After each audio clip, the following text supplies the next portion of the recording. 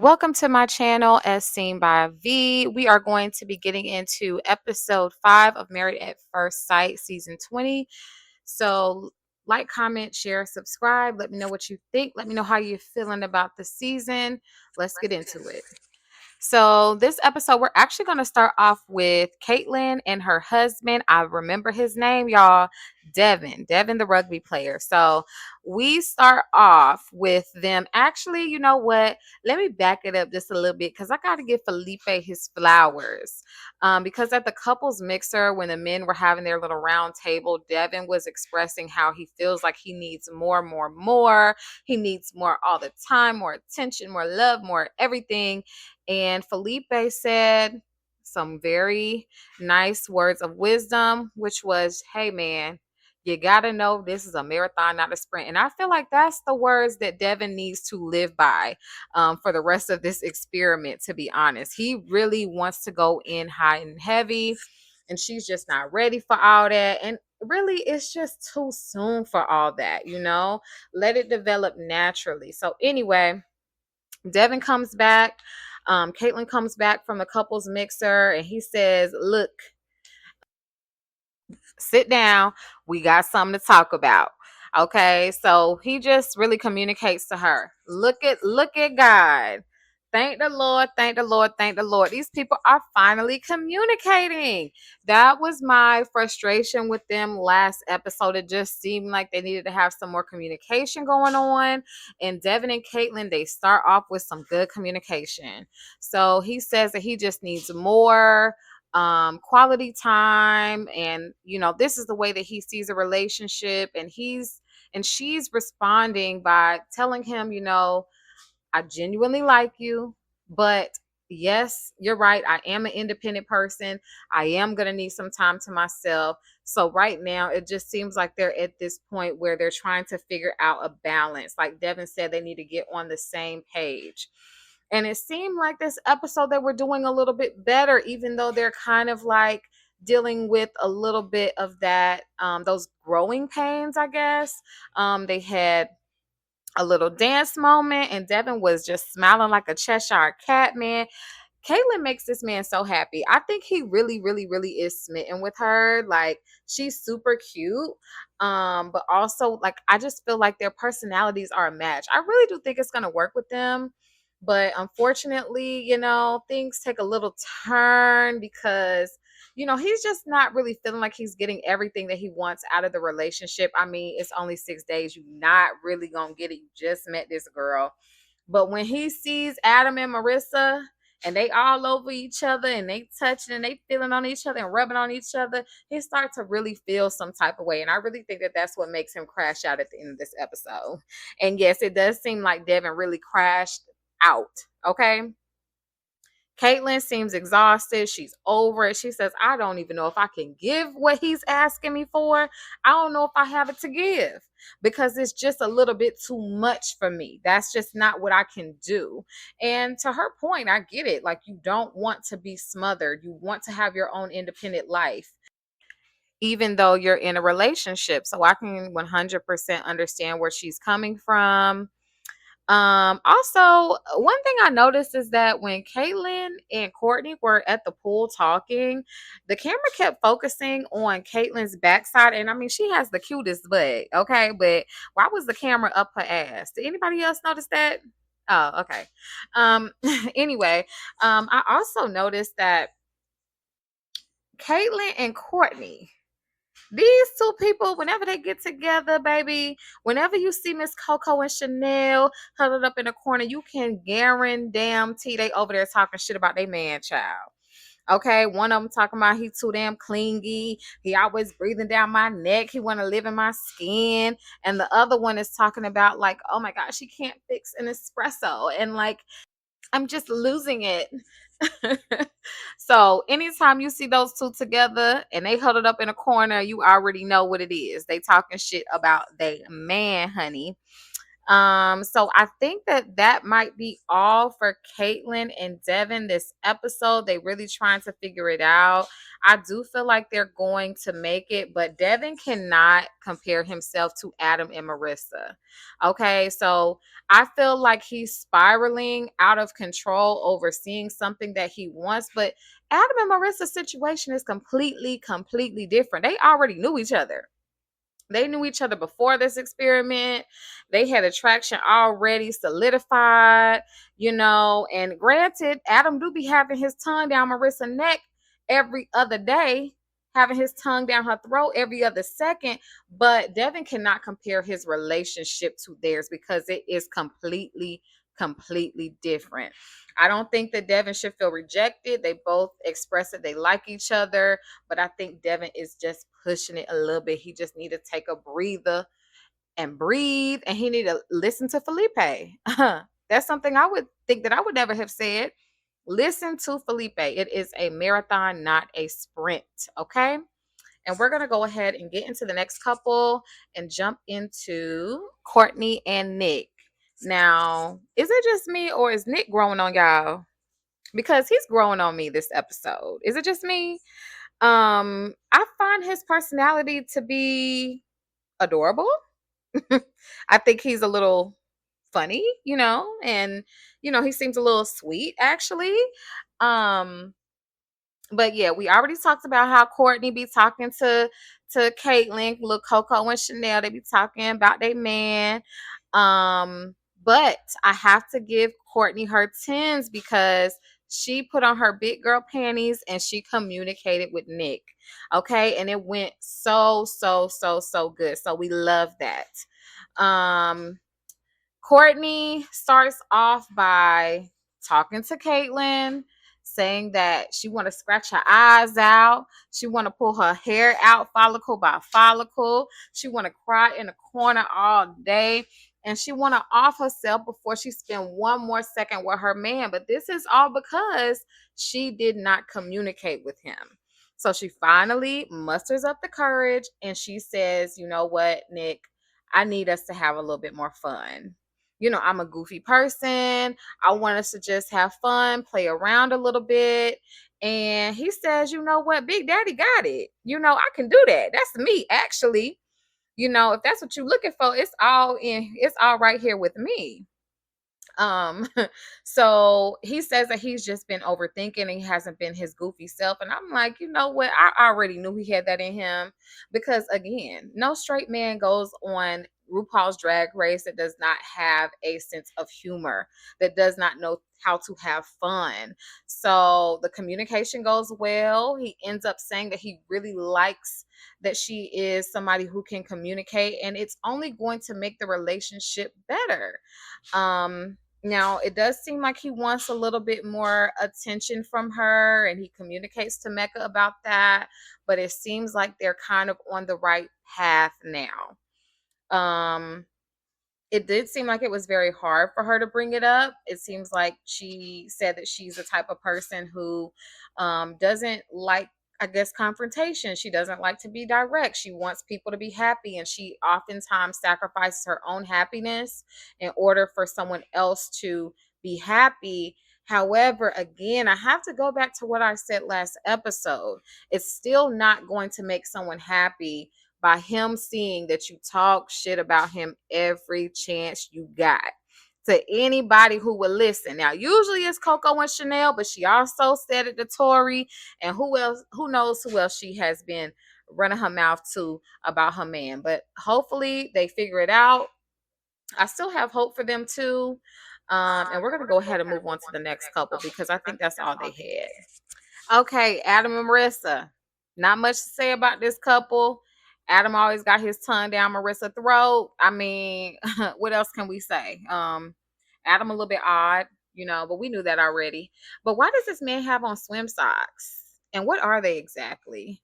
I'm actually leaning towards what Courtney said, even though she said it was a joke. I think he got foot fungus. I don't know. And also, Adam's facial hair is jumping off the screen. I feel like I'm being accosted by his mustache this episode. Is it just me? And then I'm just getting irritated. It's kind of pissing me off. Like it's very distracting because his beard is so patchy.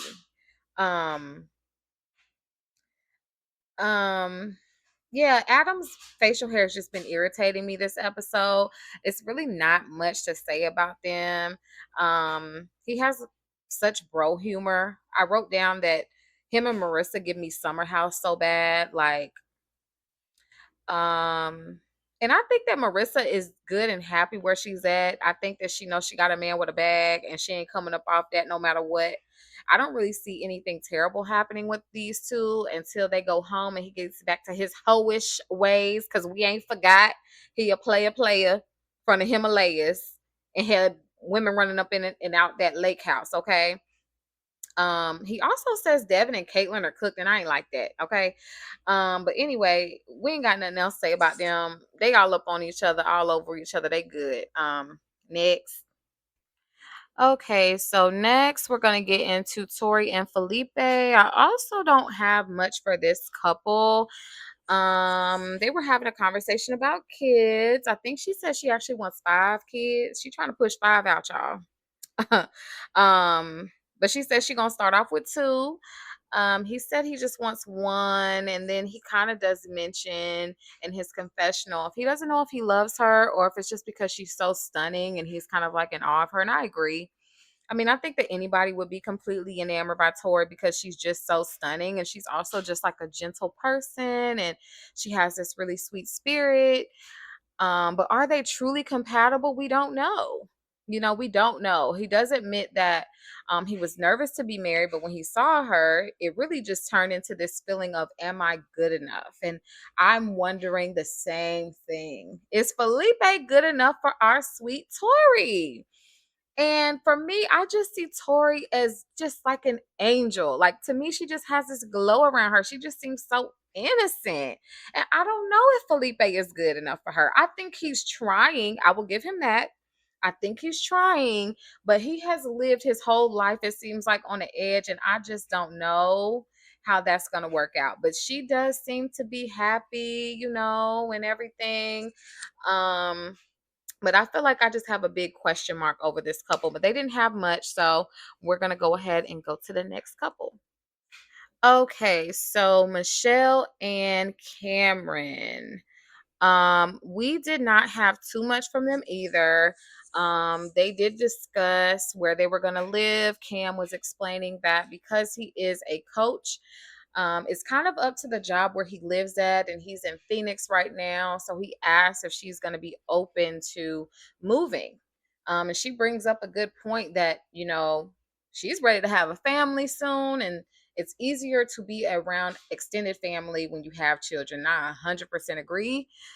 Like they say, it takes a village to raise a child. And I think that Asian families are much like African American families and other families that, extended family comes in and helps out when there's a new baby. Um, he definitely seems this episode to be talking about how scared he is, how much of it's a huge how much of a huge change, excuse me, it is for him to be married and to have kids, and he doesn't want his old self to be gone. um he actually mentions that he kind of wants to run away.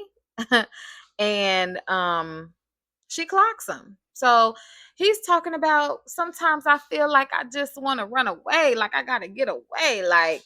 And she says, well, if you have this huge fear of commitment, what made you come here exactly, and she's asking the questions that need to be asked. So I'm glad that she's asking them. Because if it feels like marriage is the equivalent to jumping off the Empire State Building, honey, why are you here playing in people's face, Cameron? And what he says is that, that's a good question. And the reason why I haven't run away is because of you, because you're so awesome, wonderful, and amazing. And of course, that sounds great and that sounds awesome, but that doesn't change the fact that you came on this show and you acting like it's your biggest fear to be married and have kids, and you're actually already married. So I'm not understanding Cam at this point. Again, I still feel like they have something to work with here, but Cam is really going to have to get over his fear of commitment. And he definitely does not need to be trying to waste Miss Michelle's time, because she's ready to go ahead and get started on her family, and she deserves that. Okay, so we're going to go to the next couple, and that's going to be Mecca and BelJolie. We start off with Mecca having a conversation with Nick. They feel like they're in similar places in their relationship, where they don't know exactly what's going on with their situation. There's something there, but is it going to go past a certain level? Okay. So Mecca explains that he doesn't want to look thirsty or mess things up somehow. And that was a cut scene. So I don't know if he meant it in the context of with BelJolie.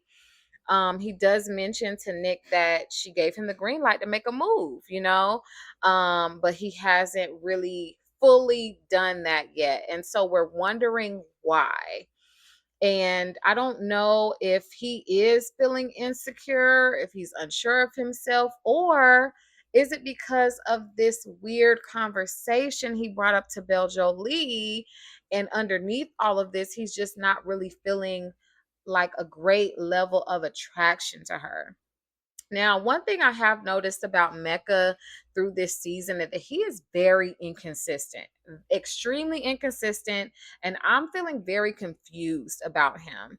I think that from the wedding episode, he seemed to want the physical connection immediately. Now, I don't know if that was because the dad was putting the pressure on him to want it. I don't know where that came from, but it does seem like he's dialing it back, and I'm not understanding where the shift happened. I'm not understanding what's going on. And then we'll see some moments where he's affirming BelJolie, and then we have this moment where he's like, oh, well, who do you think is attracted to who more? And I'm kind of thrown off by the question entirely, because it's coming off a little bit passive aggressive, like maybe he wanted to tell her, hey, I think that I'm not super attracted to you, but he didn't know how to say it, so he comes up with this question so that he can confess it. But I was not appreciating the question. I was not appreciating the answer. For him to say that he thinks that she's more attracted to him, and somehow now I guess it's a competition between the two. Like, and don't get me wrong, because I've been reserving my judgment on Mecca from episode 1, because he does come across as somebody who could be a little bit fluid. I'm just saying, he do. So to me, this comes across a little bit sassy. It comes across a little bit sassy, because why are you even posing this question? What is your intention? What are you trying to communicate? Now, what I will say is that BelJolie's response is extremely mature. She does exactly what she's supposed to do, which is saying, oh, bet. So you not 100% attracted to me. Let me fall all the way back, because I'm not going to look crazy. Absolutely. Yes. Yes, that's exactly what you're supposed to do, ma'am. But I'm just kind of starting to suspect him a little bit more. And again, I feel like he's just inconsistent. I find myself confused with him. I think every time I see BelJolie, she seems stable. She seems consistent, direct. She seems honest. She knows how to communicate. But it's like every time I see him, it's something different. He said that he liked how they worked the room together when they were at the couples mixer. He has given her some compliments. He said he'd be smacking her on that but then he turns around and says something like this. So I will say that I can give him a tiny teeny weeny bit of grace just because of who his daddy is. So I'm sure that all of the terrorism, all the foolishness, right, and all the abuse and everything fell squarely on his shoulders, because he's the sibling or the child that stayed. But I really just need Mecca to make it clear and not be playing BelJolie like a yo-yo. Okay, because she deserves somebody that's going to be clear and consistent with her. So that's what I have to say about this couple. I need Mecca to get it together. He needs to understand what a prize he really has in BelJolie, because I mean, she's beautiful, inside and out. She has such a playful personality. They've already established such a friendship. He's communicated that it feels like a real marriage. They call each other wife and husband, and they do, things that feel much like it's a real married life. But I'm just not understanding him. I don't know, y'all. Y'all, it has to make sense some way, somehow. All right, so our last couple is going to be Sean and Nikki. And we start off with them being at the indoor pool, actually.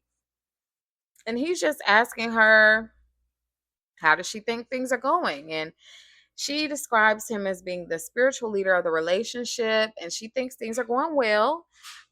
She likes that they exchange romantic gestures and pecks and kisses through the day, and that's comfortable for her. And it just seems like initially what you might think is an innocent question is actually a baiting question. It's actually a passive aggressive question, similar to the one that Mecca asked with Beljo Lee. So what he says is, um, what do you think about intimacy outside of sex? And what do you want to provide for your partner in the meantime? And so this is going to relate to the previous conversation about her not wanting to be intimate during the experiment. So in my mind, I think that he has just come up with this strategy to ask her some more innocent type of questions or innocuous questions initially, and then actually go in for what he really wanted, which is, how you gonna please me in the meantime since we ain't gonna have sex? And she immediately clocks it because she's a very smart woman. But to me, it was a very manipulative line of questioning. And again, it just seems like this is what he does. He tries to pose things and frame things a certain way. And so she asked him, is there something you need to tell me? Like, if you got something to say, just say it. What are you asking me for? And he says, I want you to kiss me. I want you to smack me on the ass. I want you to be obsessed with me. I want you to get me flowers. I want you to take me out. I want you to open the door for me. And she just reminds him that all the things that he's asking for in terms of the physical intimacy, it will come, but it will take time. But then she dropped a bomb on him and says, I'm actually not sexually attracted to you yet. So it's going to take time for me to get to the point where I'm going to be wanting to do that. And so when she says that, we see his head start spinning, smoke start coming out his ears, and his eyes turn bright red. Okay. And in this very moment, everything changes. So we go from his manipulative, passive aggressive line of questioning to him going off per usual. She's saying that I am exchanging kisses with you because I like you, I respect you, and I'm wanting to explore. He said, no, I don't want that, shawty. He said, I don't want you to be kissing on me because you like me and respect me. I only want you to be kissing on me if you trying to me. If you trying to me. Okay. So my question is, what is your definition of love? Is it just sex? Because there's more than sexual attraction, right? And I also feel like women can be a little bit different in this regard. Like, sexual attraction can definitely build for some women. Now, I have heard some women say it don't work like that for them. Okay. It is either it is or it ain't. But I think for a lot of women, it can grow unless you just gave them the ick. And surprisingly, he hasn't given her the ick yet completely. Because he would have gave me the ick when he tried to do that little lap dance at the wedding. Okay, I would have been done. Okay, but she's still in it trying to explore, as she should. And he just does not see anything outside of what he wants. She assures him that she's not giving him pity kisses or to placate him, and he just will not accept that she's not sexually attracted to him. He said they done kissed before. She's initiated some of these kisses, but in her mind, she is trying to explore and trying to see if she can grow more sexually attracted to him and attracted to him overall. Now, I will say that their interactions were not all bad this episode. I will say that Sean is really good of giving her a lot of compliments. When she had on her, when she tried on a dress, like gave her a little spin and gave her a little kiss, which was cute. But it always gets to the point where Sean is going to do what he does, which is blow up, go off, and I guarantee you he's gonna wake back up. He's gonna come to some fake realization and he's going to try to pseudo make up. Even if they have good moments, I still want Nikki far away from this man. Everything is about sex to him. I'm tired of the manipulation. If it's not one thing, it's another with him. And but that's all for this couple, and that's all for this episode. It seems like, I'm happy that a lot of the couples were able to come to some understanding a little bit. They at least made a step in the right direction, I feel like, with being able to communicate openly, because they had me frustrated last episode, okay? But it does seem like there's some issues that a lot of couples need to work out, except for Adam and Marissa, because they just all over each other, okay? They just tonguing each other down all episode. They seem like they're doing good, but for everybody else, they're working through it as they should. It's still only been 6 days, y'all. 6 days. And these people think they're going to have a perfect marriage in 6 days. It's crazy to me. But hope y'all like this review. Let me know what you think. Like, comment, share, subscribe, and please come back for episode 6. I will be dropping reviews. I'm going to try to do the whole season, y'all. I might be a little bit late on dropping them. I know that I'm a little bit late actually on dropping this one because I'm in the process of moving, but I will get them out. Like, comment, share, subscribe. Let me know what you think. What did I miss? What you want to hear about? What you want to talk about? How did you like the episode? Who are you rooting for? Thank you for listening and have a good night. I am out.